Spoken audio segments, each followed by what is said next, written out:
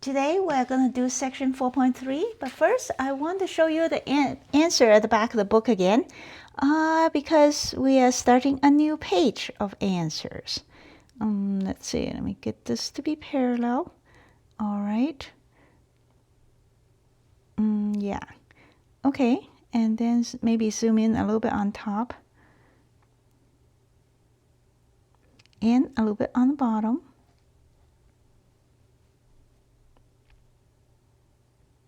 Okay, that should be good enough. Next page, 126 and 127, which I've already showed it to you, but let's look at it one more time. And yeah, and then on top and bottom.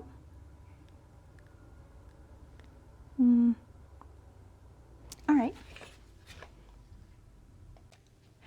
All right, next, let's look at page 129. I mean, what is that? 28 and 29, I believe. Okay, a little closer. Okay, now it seems uneven. All right, now let's get a little closer on top.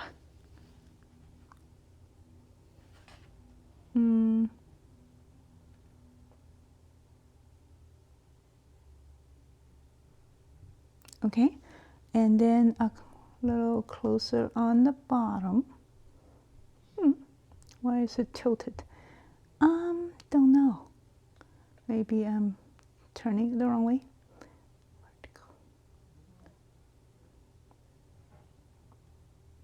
Okay, should be good enough. And the last two pages, what is that? 130, well, let's see. Oh, 130 and 131. All right. Let me see. Why does it look a little closer?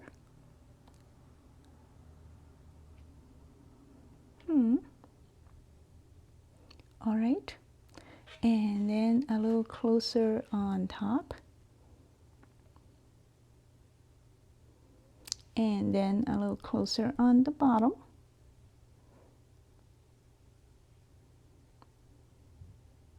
All right, that should do it. Anyway, so let's start on page 126. There's first a short paragraph here, okay, on the page. Please read this paragraph yourself. I specifically want to refer you back to the definition of the relative maximum and minimum. Now, this is back on page 122, where the absolute maximum is defined as f of xy, big xy is bigger than or equal to the rest of it, okay? Then we'll call it a maximum. In other words, you can have more than one absolute maximum, right? As long as everything in the same high spot, then we'll call it all absolute maximum. However, the definition 2 specifies that the relative maximum has to be bigger than everybody else. In other words, then if you have the maximum is all at the same spot, then nobody is the relative max, at least according to the definition of this book. So remember that that is, when it says this is a relative max, it really means as in there's only one point that does that. Okay, if there's a bunch of points that does it, then we don't count it as the relative anything.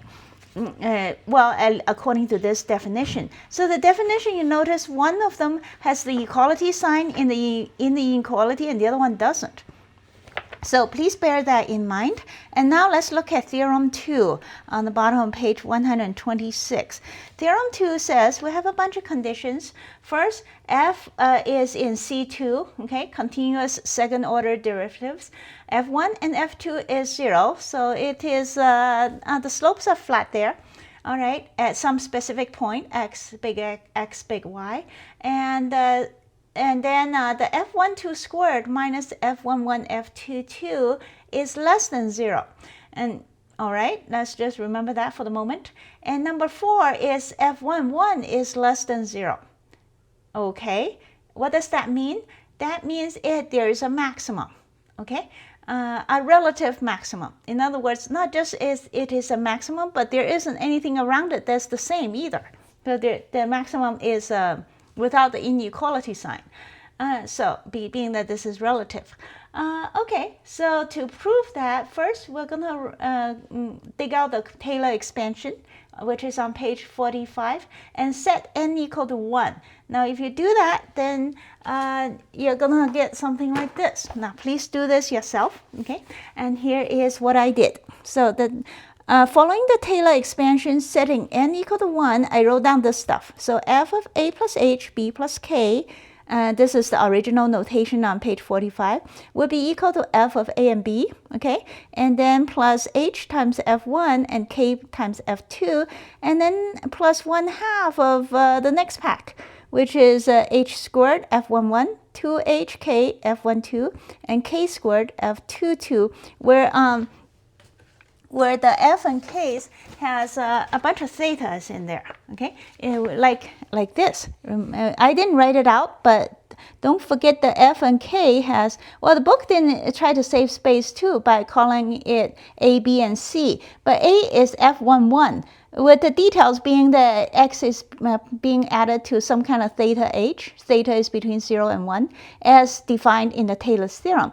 Now, if this looks unfamiliar to you, just dig out the Taylor's theorem and stare at it for a few minutes, okay, until your memory gets refreshed. Now, so anyway, A is f11, B is f12, and C is f22. And you notice that this equals to 1/2 or whatever. So, but the Taylor expansion originally says that it equals to, so this is f of the new point minus f of the old point equals to a bunch of f1s, f2s, and then plus 1/2 of the next batch, right? So what happened to f1, f2? Well, f1, f2 equal to 0. That's hypothesis, let's see, hypothesis 2. That's why it conveniently disappeared, and that's how we got this equation, okay? Being that f1, f2 is given as 0, and then this equation as shown in the book shows. And then, and remember the f11 and etc. will represent it as A, or A, B, and C. And into, well, for purpose of shorthand, whereas A, B, and C are f at x plus theta h and y plus theta k and all that stuff. All right, so now that we have written that down, the next step we're going to do is we're going to pull a slight trick. What we're going to do is we're going to divide and multiply A on this equation. So I have a divided A here, which means I have to multiply A on top all the way across. Okay, so I got that. Next, we are going to, and so we have this thing, okay, we are going to stick in this part. That is, we're going to add b squared k squared and subtract b squared k squared, for no reason other than it's going to make something happen, okay? So then, so next we get to this point, and so coming from this thing, we can, that is a perfect square, which we wrote down right here, and that one we factored it and stuff, and becomes this, okay, for a good reason. What is this thing? This thing is the same as the negative of f12 minus f11 at f22, because B is f12 and AC is f11, f22. And being that this is given as being less than 0, this is going to be bigger than 0, okay? Where is it bigger than 0? Right now, then we go back to the condition where condition 3, or hypothesis 3, as your book calls it. Let's see, where this is less than 0 at the point. Now, being that this thing is continuous to the second degree, the second degree part, the second partial derivatives are continuous. That means that if this is less than 0 at xy, it is also less than 0 at a small neighborhood of xy. Therefore, we are going to restrict the h and k and such that h squared plus k squared is less than delta squared, some delta neighborhood of xy. Okay, so that as a result, once we do this restriction, then the f situation here, the F11, that is hypothesis 3, will work in the entire delta neighborhood of xy, as long as delta is small, but but bigger than 0. And as a result, then we have in the entire small neighborhood, we have this situation. I'm showing the wrong thing. Okay, we have the situation in the entire delta neighborhood where this is positive, which means everything in the parentheses here is positive, right? That's a square, that's positive, k squared is positive. So all of this stuff is positive, and as bigger than 0, which means that being that a is less than 0, f11, that's the last condition, f11 is less than 0, that means delta f is less than 0. Okay, and what does that mean? That delta f is the change of f. That is, the change of f is less than 0 in the entire neighborhood. That is, every time f step off from the point xy, no matter in a small, all the way around, okay, within delta distance, it goes down. That means the fxy is a maximum, and that is how, see, f has a relative maximum at x and y, and that is how we proved it. Because in the entire delta neighborhood, delta f is, as long as the delta neighborhood is defined small enough, delta f is going to be less than 0, which means it's going downhill every single direction that it steps out, okay, in the little delta neighborhood. Okay, now the next sentence is important. It says to apply the theorem for minimum. So this theorem is for the maximum, but minimum works the same way. We only have to change the inequality in number 4, in hypothesis 4. That is, f11 needs to be bigger than 0 for this function to have a maximum. The reason is because when we calculate maximum, nothing is different, okay? This thing here is still positive, right? And because if the condition 3 holds, this thing is still positive. So we only have to change one condition for delta f to be bigger than 0 in the neighborhood. So we only have to change a. So instead of a being less than 0, we'll change a be bigger than 0. And this condition holds the same. Okay, this actually doesn't change. So then delta f will become bigger than 0, and which indicates a local minimum. So that is how it's done. So that part is important, okay, which I underline here. This sentence that to apply the theorem for minimum, one has only that's important, to reverse inequality in hypothesis 4. So only 4 changes. And let's see, yeah, only 4 changes. That is, 3 doesn't have to change. It would sometimes might think, oh, to do the minimum instead of maximum, I'll just flip every inequality sign. In this case, that is not true. Okay, you only flip 4. 3 doesn't change for the story. 3 will change later, okay, and we will show it in the next page, where if 3 changes, then you get a saddle point. As remember the saddle point, but we'll talk about that in a moment. But the point is, 3 for relative minimum and maximum, 3 is holds the same as as less than 0 for both cases. Only 4 changes. That is, f11 need to change to either bigger than 0 or less than 0. All right, so that's that. Next, let's look at example A on page 127. Okay, that is a quick, simple example that you need to work this out yourself. That is, we need to make sure that checked theorem 2 to see how it works out. And what that means is you need to calculate f1 and f2, which we have already done. Okay, this is the same as example D of section 2. And where we already calculated these 9 points. In fact, I even showed you a graph of it. So for now, let's just assume that's true. Okay, there are 9 points here where the first derivatives are 0. f1 and f2 are equal to 0 here. So your job here is to calculate the second derivatives, which you still need to know what the first derivatives are. And so you calculate all 3 second derivatives, and then and calculate their value at all 9 points. All right, and then confirm for each 9 point, each one of the 9 points, whether the hypothesis 3 and 4 holds. Okay, and then figure out whether it's a maximum or a minimum. Now that sounds like a lot of work, but it really isn't, because the problem turns out to work out very nicely, okay? And when you do it, you'll find out you can do all 9 points very quickly. And I'll show you in a moment. And then the following page, there are some comments about these 9 points. Please read that yourself as well, okay? Explaining why some of the how some of the points satisfy theorem 2, while others don't. Okay, now here is what I did. Okay, so please do that yourself. And here's what I did.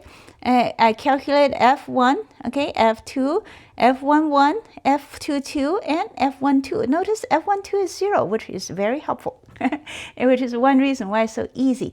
And then even though we have 9 points, one of them is just the origin, which the answer comes out quickly. I have a chart here, okay? And then the other one is the other things, they are squared. So whether it's a plus or minus, it makes no difference. The answer is the same, which also helpful, okay? So you end up with only 5 points, and the things are all squared. So anyway, the answer come out very, very quickly, okay? Even though it sounds like a lot of work, it really wasn't. So you end up figuring that this is 0, 0 is the maximum, and the plus or minus 1, that's 4 points here, okay? All 4 points are minimum, as we've seen before. And then these 2 points, we don't know what they are, because they don't satisfy hypothesis 3. So we can't use theorem 2 on it. And that's about that. So please do that, and we'll move on to theorem 3 as soon as I find it. There it is. So next, let's look at page 128, the saddle points. So please read this part yourself, where it describes the saddle point. Okay, and you're familiar from basic calculus what a saddle point is. Specifically, is a saddle point is defined as where the delta f, okay, the difference, has both positive and negative values in every neighborhood of xy. Okay, so in every single neighborhood, if you can find both positive and negative values of delta f, then the point will be called saddle. So anyway, here is a description of the most standard saddle function, xy. So please read this part yourself. Okay, and then we'll move on to theorem 3, where it says that what does it say? First, f is in C2, okay, continuous second partial derivatives. And then the first derivatives are, of course, 0. F1 and F2 are both 0 at xy.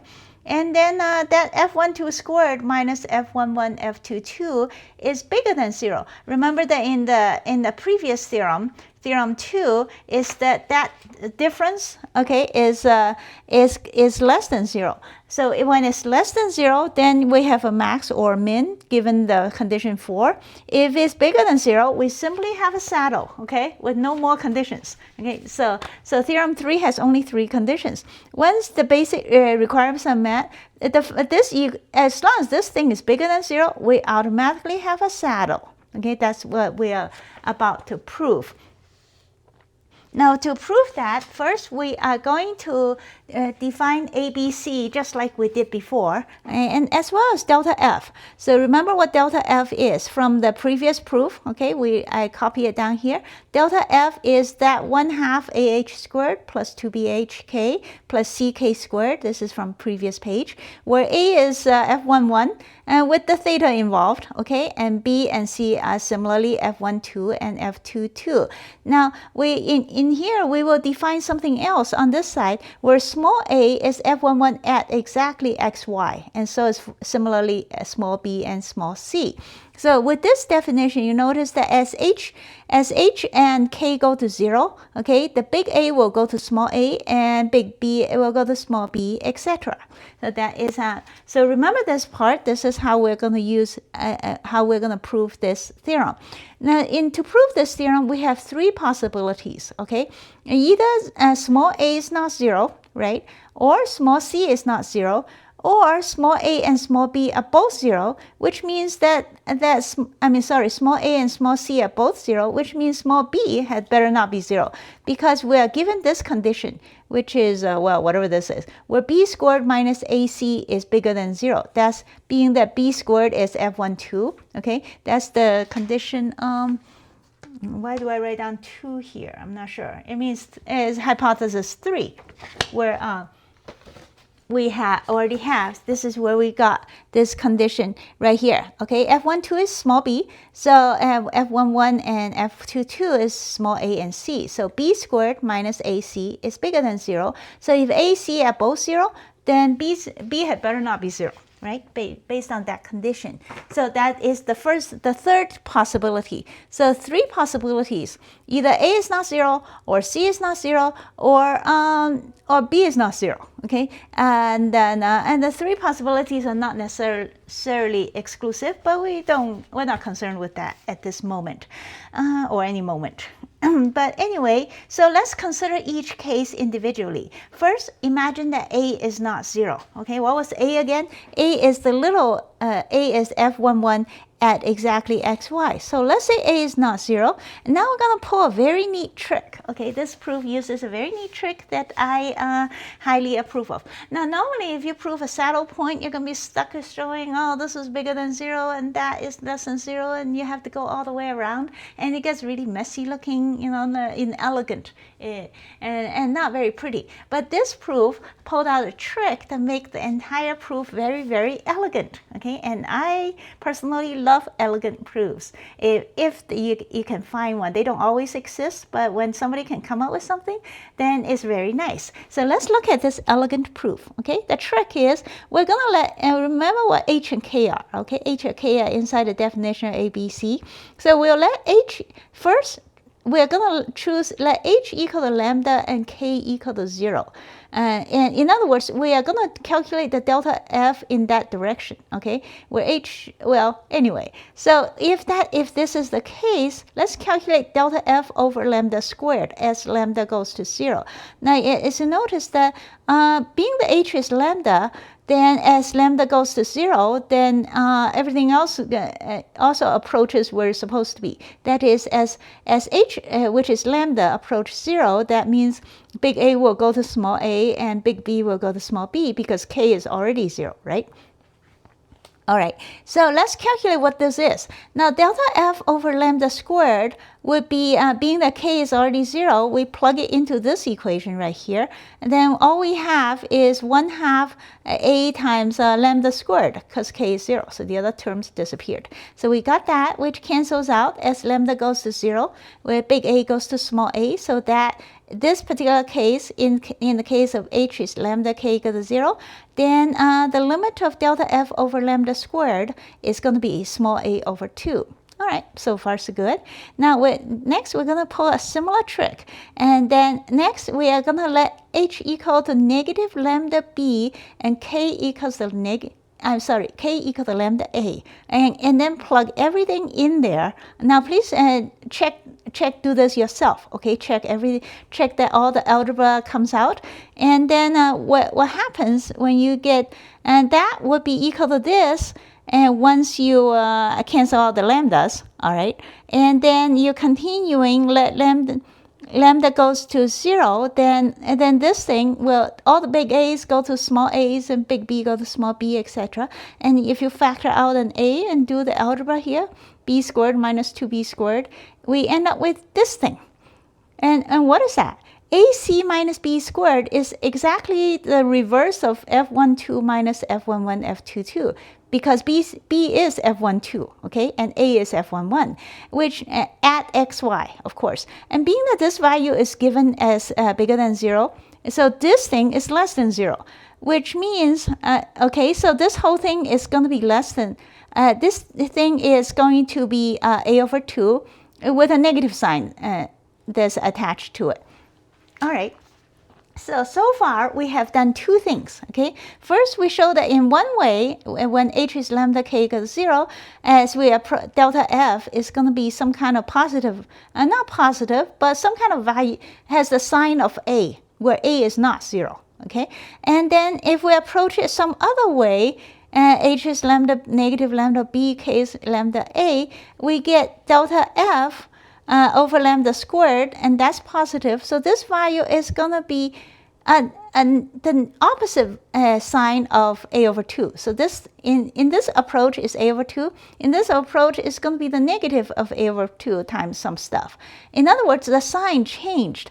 Now, if the sign changes, that means delta f has both positive and negative values in every neighborhood of big X, Y, which proves that it is a saddle. All right, so that's the neat trick. Isn't that awesome? So please work this out yourself, okay, and work out all the details. Now, yeah, and then I will let's consider the next case, which is C equal to 0.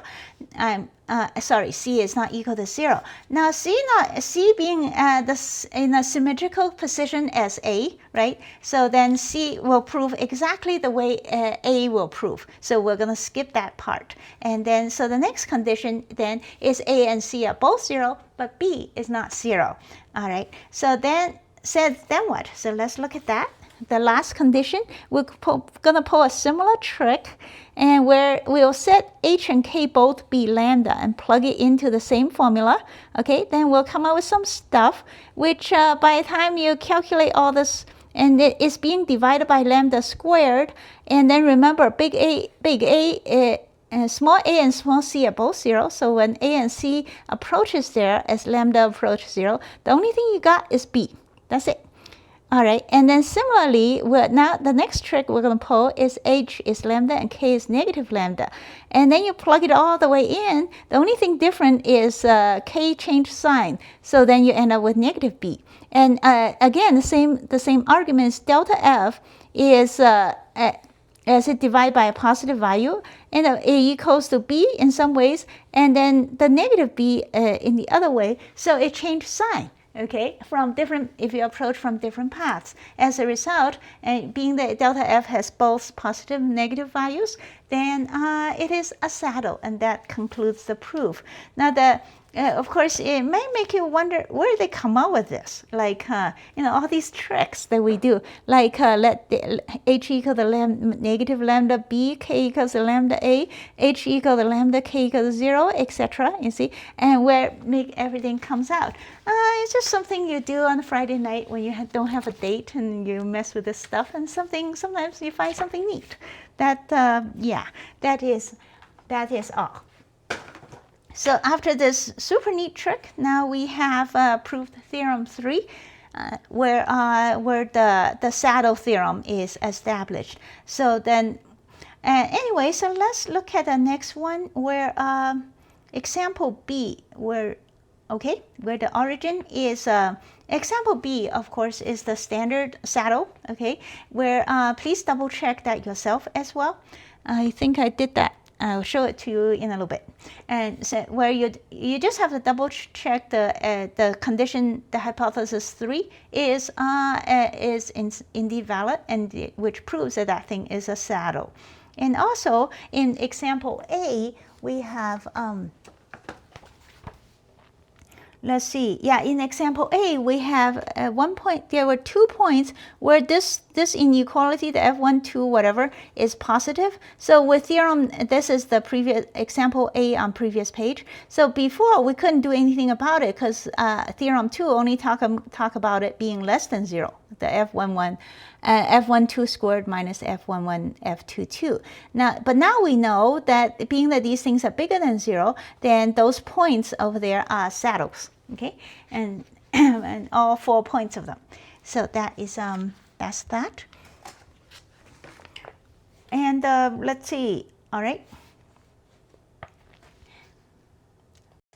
So here is where I did of example B. As you can see, is extremely easy. Okay, f11 is 0, f22 is 0, f12 is 1. So your saddle is proved rather quickly.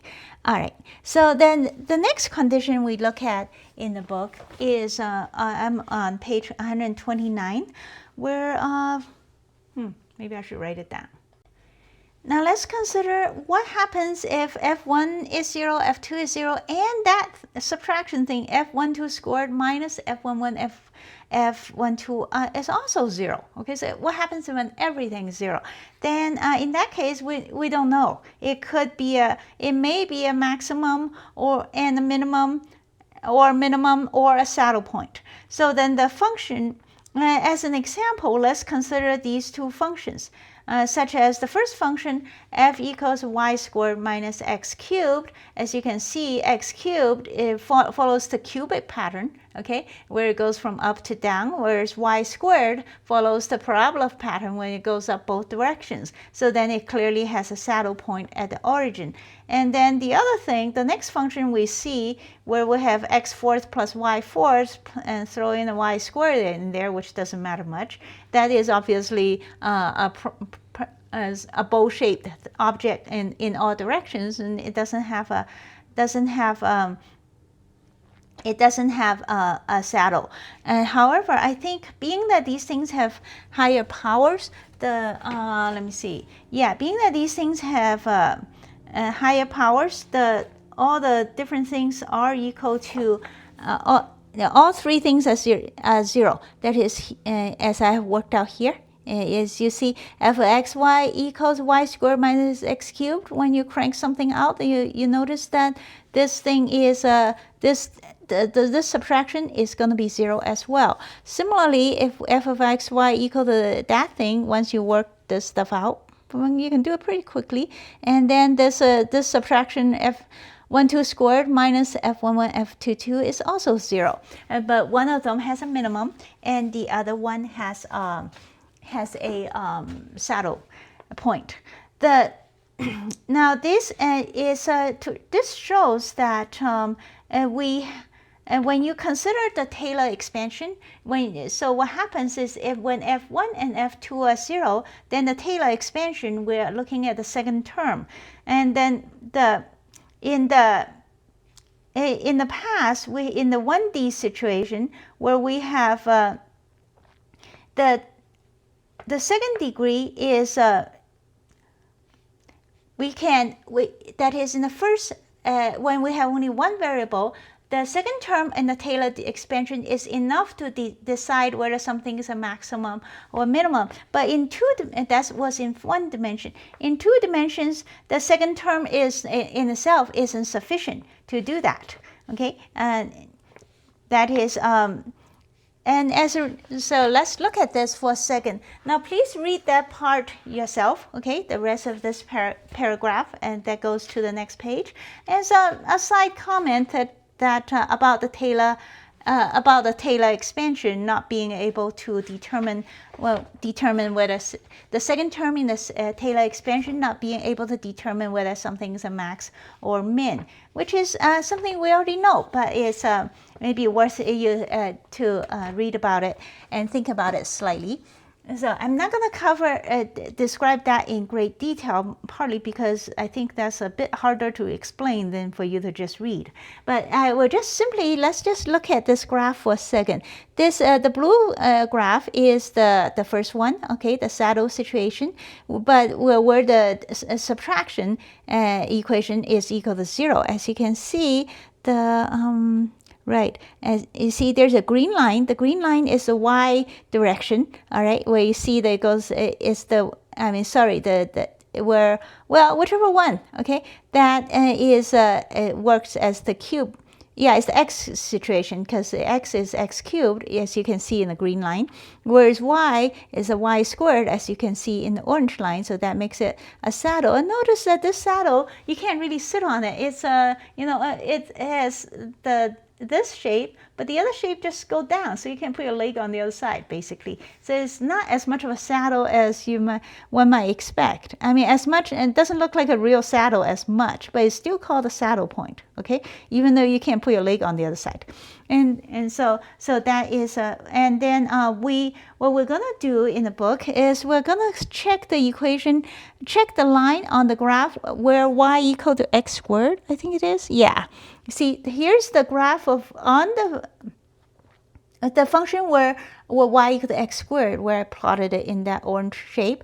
And if you look at it closely, what the book mentions is that around the origin, you notice that the function, the line dipped down. Okay, it in other words, it's positive on one side, and then it dipped down into negative on the other side around the origin. In all neighborhoods of the origin, there is a part of it where delta f is negative, and where the rest is positive, which is one reason this thing is defined as a saddle. Whereas the other function is well, okay.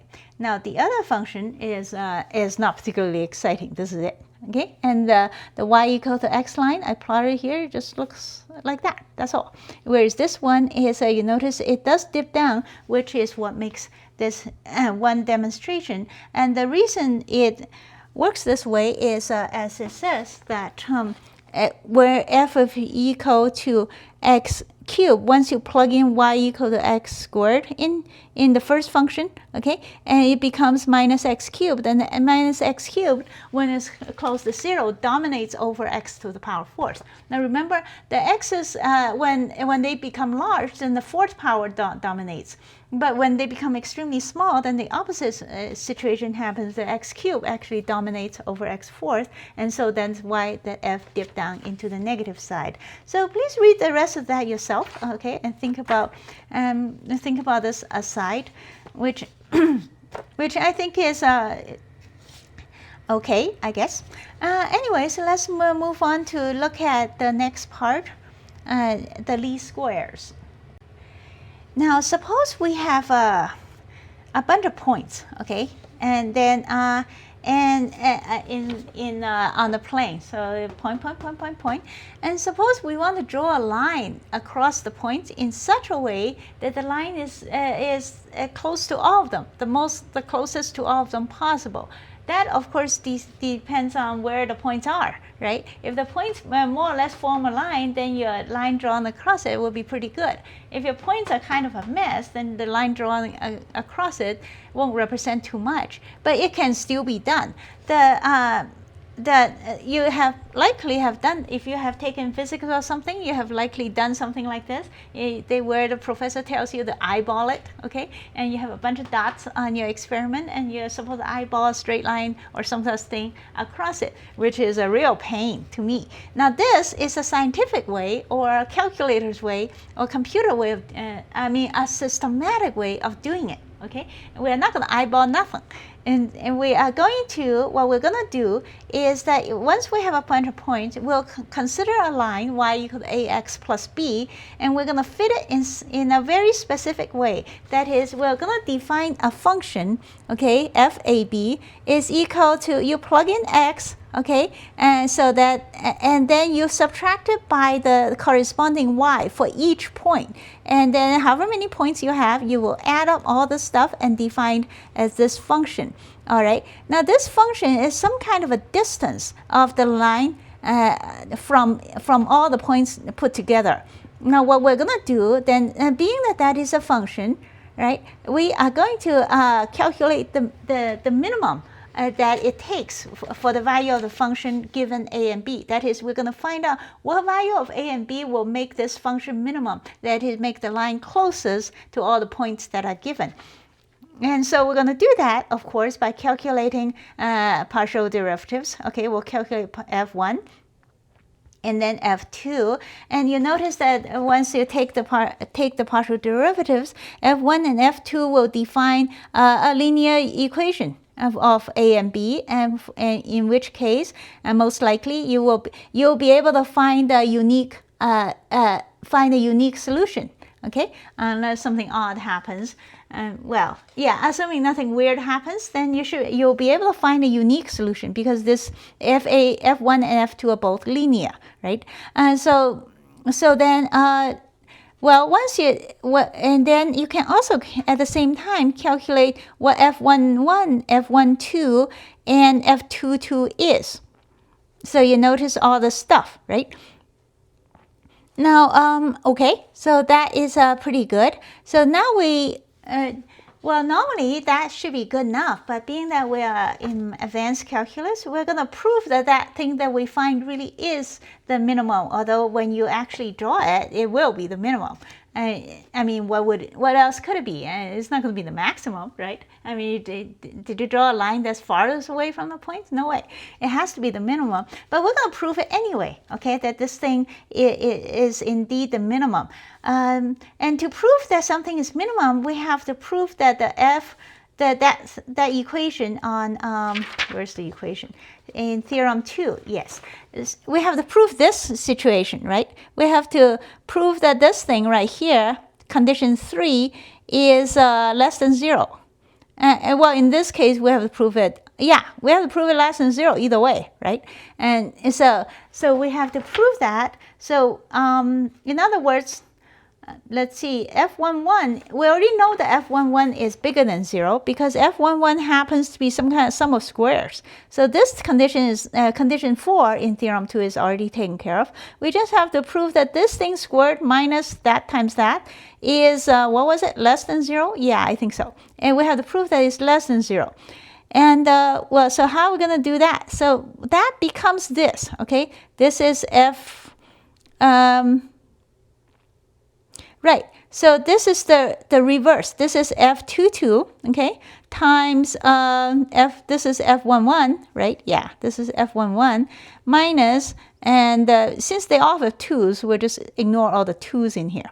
So minus the f12 squared, which is this thing. We have to prove that this thing is bigger than 0 in all cases of x's. Okay, there's a bunch of x's here. They could be whatever.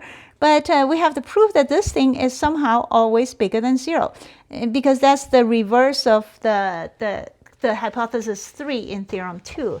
All right, and how are we going to prove that? Well, this thing looks a bit cryptic, okay? But if you write it out and stare at it long enough, then you realize it is true. And that is what I did here. Well, so please stare at this thing for some moments and for some minutes. In this case, I wrote out what happens when n equal to 5. Okay, I figure 5 is good as any. But if you can see 5, you can see any number of them. So anyway, so let's write out n equal to 5. So the equation says that, so I wrote down n equal to 5. So it's 5 times that thing. Okay, that's the first term. So there's 5 of them here. Identical items, the squares. Added up, so I wrote down, well, 2 of them, okay, pretend that there's 3 more, they're all the same, and so that's the first term, and the second term is this thing, which is, if the n equal to 5, then you have 5 of them, and it's be multiplied by themselves, which is a 5 by 5 situation, okay, and then, and what are we doing here? This has to subtract by that, okay, all this stuff here is subtracted by all that, and the question is what's left. Now, first we know that in the diagonal has x1 squared, x2 squared all the way down, so the diagonal gets subtracted out. Okay, so that's gone. Remember, we're subtracting this. Well, anyway, this by this. Okay, whatever. The point is, so let's do the subtraction, and then the next thing, let's look at this. What is that? Let's consider x2 here, okay? I mean x1 squared, x2 squared, and its corresponding things in its corresponding location, this one and that one. So that becomes this, right? One of them becomes x1 squared minus 2x1 x2 plus x2 squared. So these 2 things subtracted from its corresponding position will end up being that. Now, so eventually, what happens is each one subtraction becomes a perfect square like this, okay? And it becomes, eventually, you realize that as long as I is less than j, so we have everything subtracted and lined up on this side, which is actually half of the whole thing, okay? Now, so please stare at this until this makes sense to you. That is what I did, okay? Yeah. I don't know how else to explain this. I looked up on the internet and see what how the AI explained it, and it didn't explain it any better. Really, there's not much to say except that you have to stare at this thing and realize that it does work. And so that's that. So now that we are done with this inequality, we have proven that requirement, hypothesis 3, okay, does work. So it does, and therefore we have established, in this case, minimum. okay? And yeah, and so it, and then the book says something very interesting. It says that, so the unique relative minimum is assured, and it's also the absolute minimum by theorem 1. Now, to prove theorem 1, we have to consider some kind of a boundary. Now, okay, so we are going to, so we're going to just sort of wave our hand here, okay? Since if you have a relative minimum, there's only one solution because the functions are, the f1 and f2 are linear, right? So the relative minimum has to be unique. And being that the function f is f of a and b, okay, it's defined everywhere, then when we consider theorem 1, we can consider this thing is, well, let's imagine some giant boundary, okay? If there's a giant boundary, then the function is going to be huge on the giant boundary, like as, in which case this will be definitely less than the entire boundary, which means the function is indeed, so theorem 1 applies that it is indeed a minimum.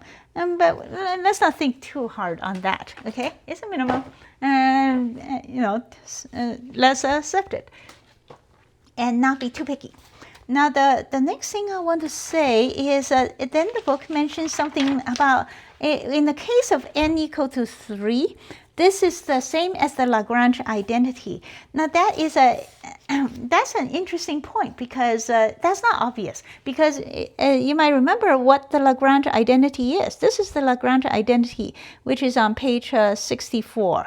Okay, and but doesn't matter. I wrote it down here, and you got to make the Lagrange identity work for the case of n equal to 3. And how would you do that? In this case, to prove this thing right here, okay? This looks somewhat like the Lagrange identity, right? Lagrange identity is some kind of a subtraction equal to cross product, etc. So, but how would you prove it exactly? Please do this yourself. So I stared at it. At first, I made a mess, okay? But eventually, I got it to come out. So, so the Lagrange identity, if you what should you choose for R, S, T, and U? Well, once you figure that out, then the whole thing does come out pretty nicely. Okay, that proves the inequality when n equals to 3. But that's all it's good for. Okay, the Lagrange identity is good for proving n equals to 3, and the rest we have proved earlier. So please do this yourself as part of a cute exercise. It might look puzzling at first because Lagrange identity has 4 variables and what are you supposed to do with it? But once you think about it hard enough, you will realize what has to be done. But anyway, so let's move on, all right? And now that we have the solution, then we can easily, or we can come up with the answer for A and B, okay, by solving the f1 and f2 equal to 0. And we have, by using Cramer's rule, see, here is f1, right, and f2, and then if we solve for Cramer's, then that will give us some formula of what it has to be for solving for A and B in terms of those summation things. And then that, if you stare at this long enough, it will be exactly, it just happens to be this thing. That is, this is a good shorthand form of writing the calculating, well, the equation of the line. So you just plug all these numbers in. So remember, we started out with a bunch of points, right, with numbers. We just calculate this stuff, and then everything will come out very nicely. And yeah, that's about it. So let's do that, okay? And then and you just follow this formula, and out comes any line. So in physics, when you're doing some kind of you got a bunch of points and you need to draw a line of the least square, the least square across it, you just program this into your computer or something, and then the line will pop up automatically once you plug in all the points. You know exactly where the line is and the equation of the line, and also draw the thing, which we will do. And so next, let's look at example C, which is, example C is a direct application of that line formula down there. Okay, so please do that yourself. Give me a second here. I can't find it. All right, I got it. So here's example C. It's a matter of directly plug in all the numbers, and after you calculate various stuff like the sum of xi, sum of xi squared, and sum of yi, and then sum of xi yi. Okay, once you crank out all that stuff, yeah, and then the equation comes out right away, which is this. Now, as you notice, the book didn't even simplify the equation. They just left it on the first line, which is okay. But that means that I'm doing better. See, I actually simplified it to be the 3 instead of staying it at 6. Well, anyway, so that's the equation of the line, which I'm not going to draw. I didn't draw this one because we'll be drawing another one in the homework. All right, so we have come to the end of this section.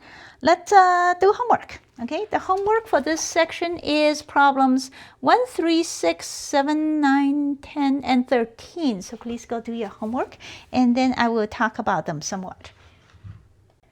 So let's first talk about problem 1, okay, which I think is fairly straightforward. You just calculate F1, F2, F12, F11, and F22, and decide if what is that thing. And I calculated that it is a relative minimum, but it's also the absolute minimum. The graph, I plotted the graph here, but it wasn't very exciting. So I just drew one by hand to show you. Problem 3, I think, is similar. That we have a function. You calculate F1, F2, F11, F12, F22, and then at 0, it has a saddle because that equation is bigger than 0. And then at the other 2 points, it's at plus or minus at plus or minus 1 over square root of 32, it will be less than 0, which makes it or is it, and while F11 is bigger than 0, which make both of them local minimums. Okay.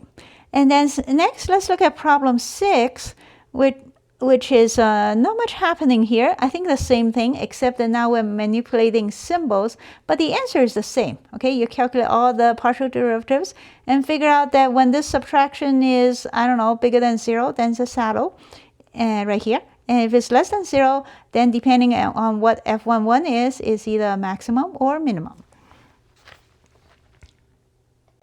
So next, let's look at problem 7.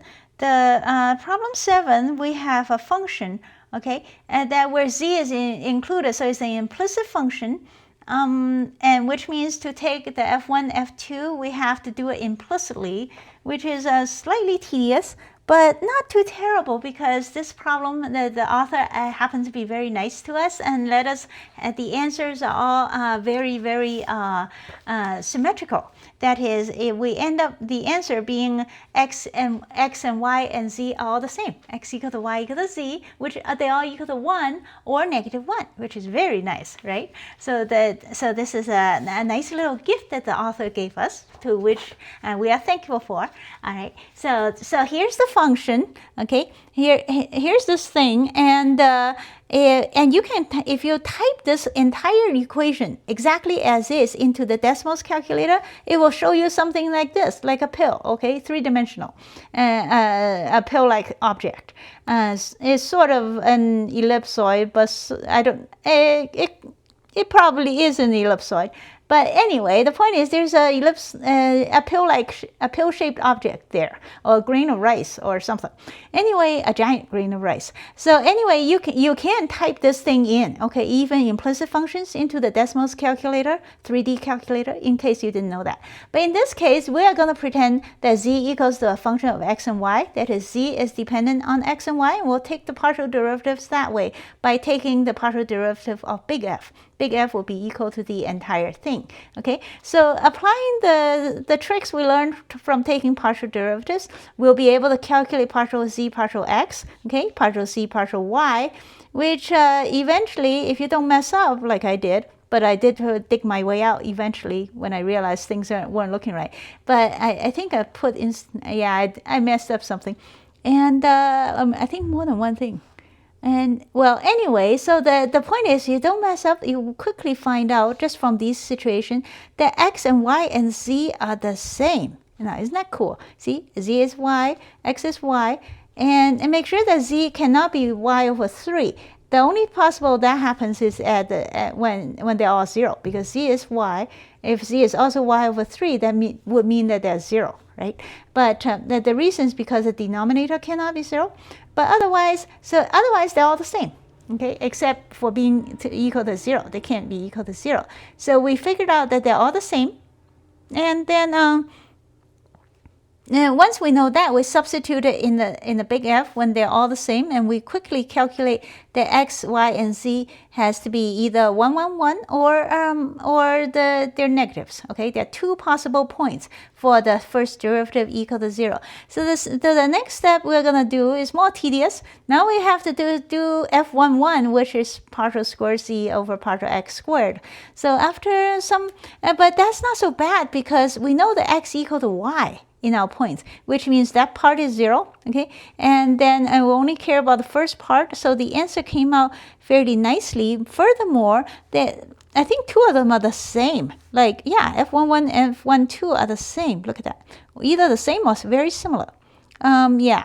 And then, well, anyway, so please do all this stuff, okay? And then and part of them as 0, which is nice, makes life easier.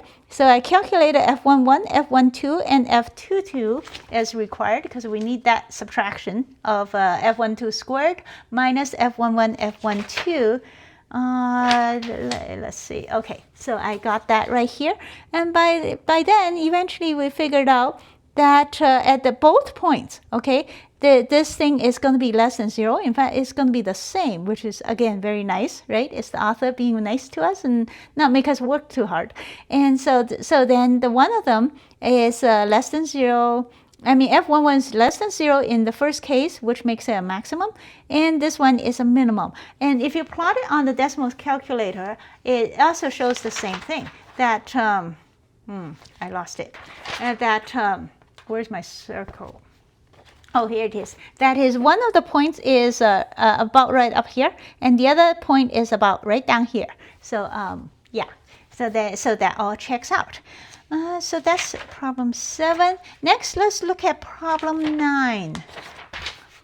Okay, problem 9 and 10 are just basic problems from, I don't know, basic calculus. I'm not sure why the author wanted us to do that, but I did it. Okay, so I hope you did it as well, just for no reason. And they're not very long. So here's problem 9 when we parameterize the two what is it, lines? Yeah, I think so. Remember, the two lines, and you have to use 2 different parameterization, okay?